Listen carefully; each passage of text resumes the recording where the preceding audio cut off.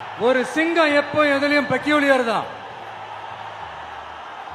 ஒரு முறை சிங்கம் கரிச்சிச்சதுன்னா அந்த சவுண்ட்ல ஒரு 8 கிலோமீட்டருக்கு சும்மா அதிரும், எல்லா திசைகளும் அதிரும். அப்படிப்பட்ட அந்த சிங்கம் வேட்டைக்கு மட்டும்தான் வெளியில வரும், வேடிக்கை பார்க்கறதுக்கெல்லாம் வெளியில வராது.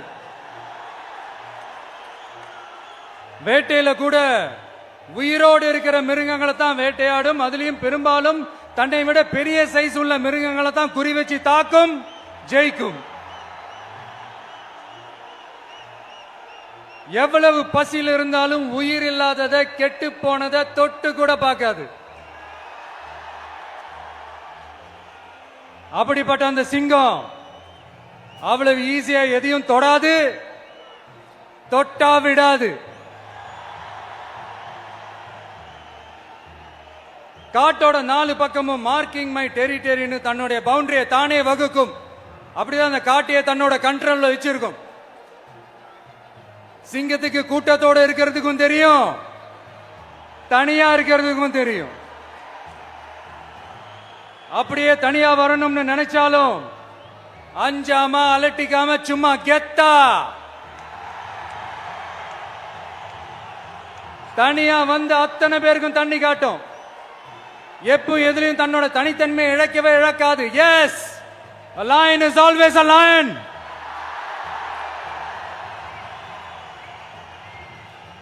There are so many jackals and other animals in the forest, but there will be only one lion. And even if it is single, it will be the king of jungle. It is not only a description but also a clear declaration. சிங்கத்தை பத்தி பேசிட்டு நம்ம சிங்க குட்டிகளையும் சிங்க பெண்களையும் பத்தி நம்ம பேசாம இருக்க முடியுமா? அவங்களை எப்படி நான் மறப்பேன்? அவங்க தான் என்னுடைய உயிராச்சே, என் நெஞ்சில் குடியிருக்கும்.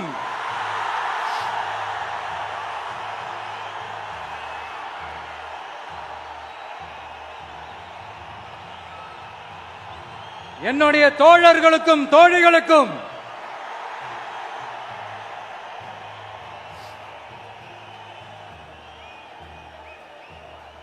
நேர்ல வர முடியாத சூழல்ல வீட்டில் இருந்துகிட்டே நம்மளோட இந்த மாநாட்டில் நேரலை வாயிலாக கலந்துகிட்டு இருக்கிற என்னுடைய அம்மாக்கள், அக்கா தங்கைகள், அண்ணன் தம்பிகள், நண்பர்கள் அனைவருக்கும் என்னோட உயிர் வணக்கம்.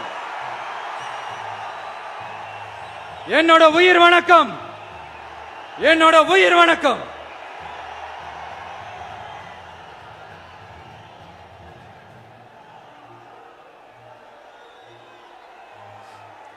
வீரம் விளையும் மாமதுரை மண்ணை வணங்குகிறேன். இந்த மதுரைனாலே உடனே ஞாபகத்துக்கு வரது சீறி பாஞ்சி துள்ளி குதிக்கிற யாருக்கும் அடங்காத காளைகள் விளையாடுற அலங்காநல்லூர் ஜல்லிக்கட்டு தான். நம்ம வைகை ஆறுதான் அழகர் ஆத்துல இறங்குற வைபவம். மதுரை மீனாட்சி அம்மன் இந்த மண்ணோட உண்மையான குணம், உணர்வு பூர்வமான மண் இது. அது மட்டும் இல்ல, இந்த மண்ணில் வாழ்ற மக்களும் அப்படித்தான் உணர்வு பூர்வமான ஆளுங்க. நான் இந்த மண்ணில் கால் எடுத்து வச்ச உடனே ஒரே ஒருத்தரை பத்தி தான் மனசுக்குள்ள ஓடிக்கிட்டே இருந்தது. அவர் யாருன்னு உங்களுக்கும் தெரிஞ்சிருக்கும். சினிமானாலும் சரி, அரசியல்னாலும் சரி, நமக்கு ரொம்ப ரொம்ப பிடிச்சது புரட்சி தலைவர் எம்ஜிஆர் அவர்கள் தான். அவரோட பழகிறதுக்கு எனக்கு வாய்ப்பு கிடைக்கல. ஆனா அவரை மாதிரியே குணம் கொண்ட என்னுடைய அண்ணன் புரட்சி கலைஞர் கேப்டன் விஜயகாந்த் அவர்களோட பழகிறதுக்கு எனக்கு நிறையவே வாய்ப்பு கிடைச்சது. அவரும் இந்த மதுரை மண்ணை சேர்ந்தவர் தானே, அவரை மறக்க முடியுமா? தமிழ்நாட்டு மக்கள் உணர்வுபூர்வமா உண்மையா நம்ம பக்கத்திலே நிக்கிறவங்க, அதுக்கு ஒரு மிகப்பெரிய அடையாளம் தான் இந்த மதுரை மண். நம்ம தமிழக வெற்றி கழகம் கையில் எடுத்திருக்கிற அரசியலும் அப்படித்தான். உண்மையான அரசியல், உணர்வு பூர்வமான அரசியல், நல்ல அரசியல், நல்லவங்களுக்கான அரசியல், நாட்டு மக்களுக்கான அரசியல், நல்லது மட்டுமே செய்கிற அரசியல்.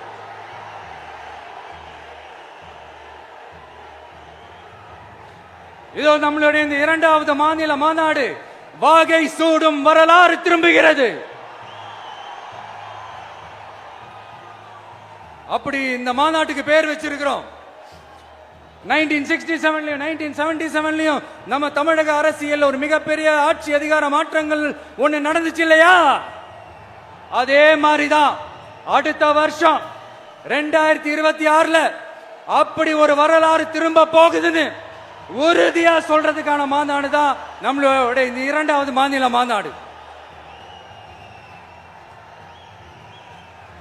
விக்கிரவாண்டி வீசாலையில் நம்மளுடைய ஃபர்ஸ்ட் மாநாடு நடத்தணும், வெற்றி கொள்கை திருவிழா.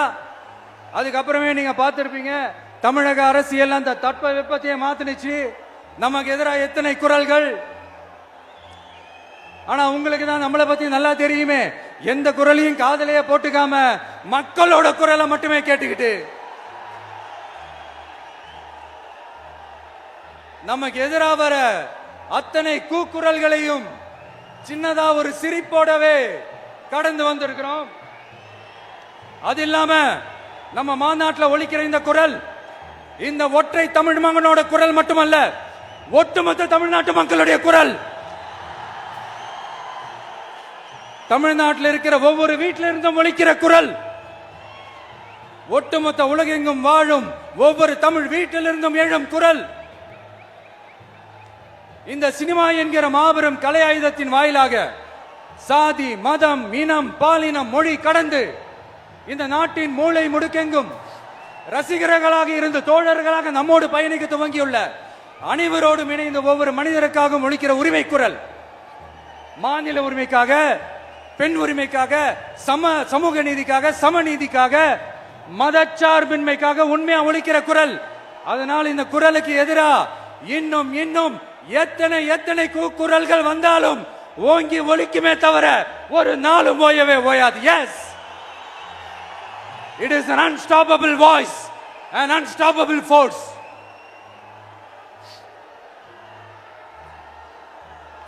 நம்ம அரசியலுக்கு வர்றதுக்கு முன்னாடி அட இவரெல்லாம் வர மாட்டாரியா, அவரே வரல, இவரே வரல, இவருங்க வர போறாரு அப்படின்ட்டு நிறைய பேர் ஜோசியம் சொன்னாங்க. அப்புறம் நம்ம கட்சியினுடைய பேர் அறிவிச்சதுக்கு அப்புறம் பேரு தானே அறிவிச்சிருக்கிறாரு, மக்கள் கிட்ட பேர் வாங்கணும்ல, அதெல்லாம் முடியாதுன்னாங்க. அப்புறம் ரொம்ப முக்கியமா மாநாடுலாம் எவ்வளவு பெரிய விஷயம், அதெல்லாம் இவர் ஒத்தால எப்படி பண்ண முடியும், சும்மா பக்கத்தில் புஷியானதை வச்சுக்கிட்டு மாநாடுல எப்படி நடத்தி காட்ட முடியும், அதெல்லாம் அவங்களால முடியாது. அப்புறம் மழை பெஞ்சு எல்லாத்தையும் எடுத்துரும். ஏன் என் கூட இருக்கிறவங்களே கூட தான் சொன்னாங்க. அதுக்கப்புறம் என்ன நடந்துச்சுன்னு உங்க எல்லாருக்குமே தெரியும். இப்ப புதுசா ஒண்ணு சொல்ல ஆரம்பிச்சிருக்கிறாங்க. அது என்னடானா, ஆட்சியை பிடிக்கிறதெல்லாம் அவ்வளவு ஈஸி இல்லை இல்லையா. இப்ப அதெல்லாம் விட்டாங்க, இப்ப இங்க வந்துட்டாங்க. இவர் நேரா ஷூட்டிங்ல இருந்து வருவாராம், வந்து ஆட்சியை பிடிப்பாராம். அது எப்படி இவராலே முடியும், அவராலேயே முடியல, இவராலேயே முடியல, அவருக்கு அத்தனை வருஷம் ஆச்சு, இவராலே எப்படி முடியும் ஒரு பக்கம். இன்னொரு பக்கம் கூட்டம்லாம் ஓகே தான், அது எப்படி ஓட்டா மாறும் அப்படின்றது இன்னொரு பக்கம். இப்படி கதை, திரைக்கதை, வசனம், இயக்கம், பாடல்கள்,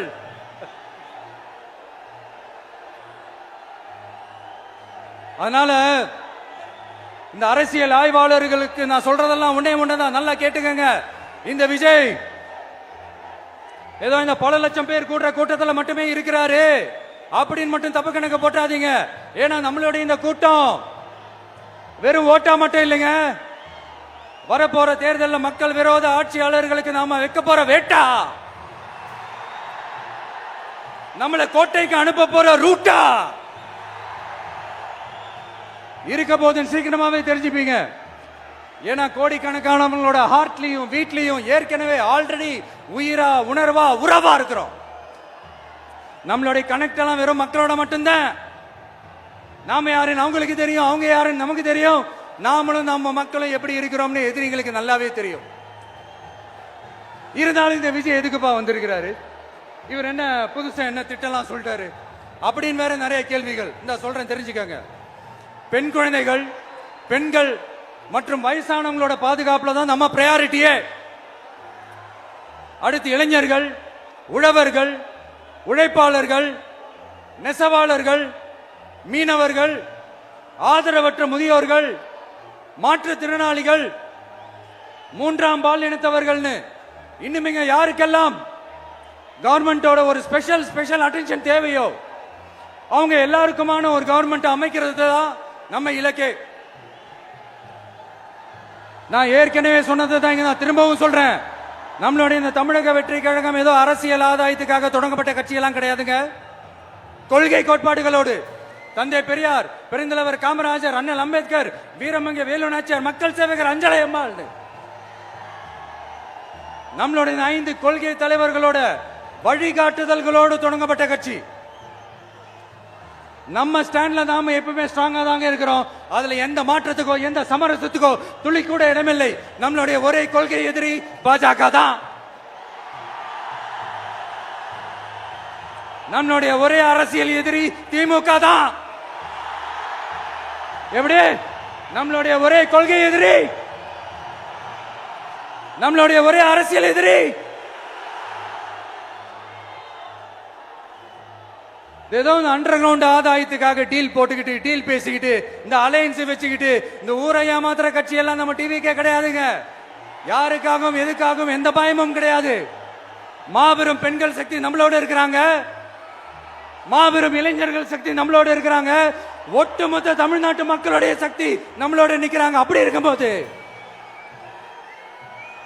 இந்தியாவில் இருக்கிற எல்லா ஸ்டேட்லயும் வாழ்ற நம்ம தமிழ் நெஞ்சங்கள் மட்டும் இல்ல, உலகம் பூரா 100க்கும் மேலான நாடுகள்ல வாழ்ற நம்ம தாய் தமிழ் உறவுகள் எல்லாருமே என்ன விஜய் தளபதி விஜய் இல்லனா விஜய் தளபதி இப்படி சொந்தம் கொண்டாடுற கோடிக்கணக்கானவங்களோட அன்பு மாசியும் நம்மளோட இருக்கும்போது, இவங்க எல்லாருமே நம்மளோட நிற்கும் போது எதுக்குங்க இந்த பாசிச பாஜகவோட நேரடி கூட்டணியோ இல்ல மறைமுக கூட்டணியோ உறவு வச்சுக்க? நாம என்ன உலகமாக ஊழல் கட்சி என்ன?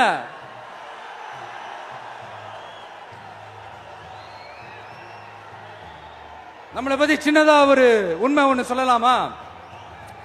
என்னடா இவர் வாயால இப்படி சொல்றாருன்ட்டு யாரும் தவறா நினைச்சுக்க வேணாம். ஏன்னா இது ஒரு விதத்துல ஒரு ஃபேக்டும் கூட. அதனாலதான் நான் சொல்லணும்னு ஆசைப்படுறேன். நம்ம யார் தெரியும்ல? நாம எல்லாருமே சொல்றேன். நாம யார் தெரியும்ல? இந்தியாவின் மாபெரும் மக்கள் சக்தி கொண்ட ஒரு மகத்தான வெகுஜன மக்கள் படை.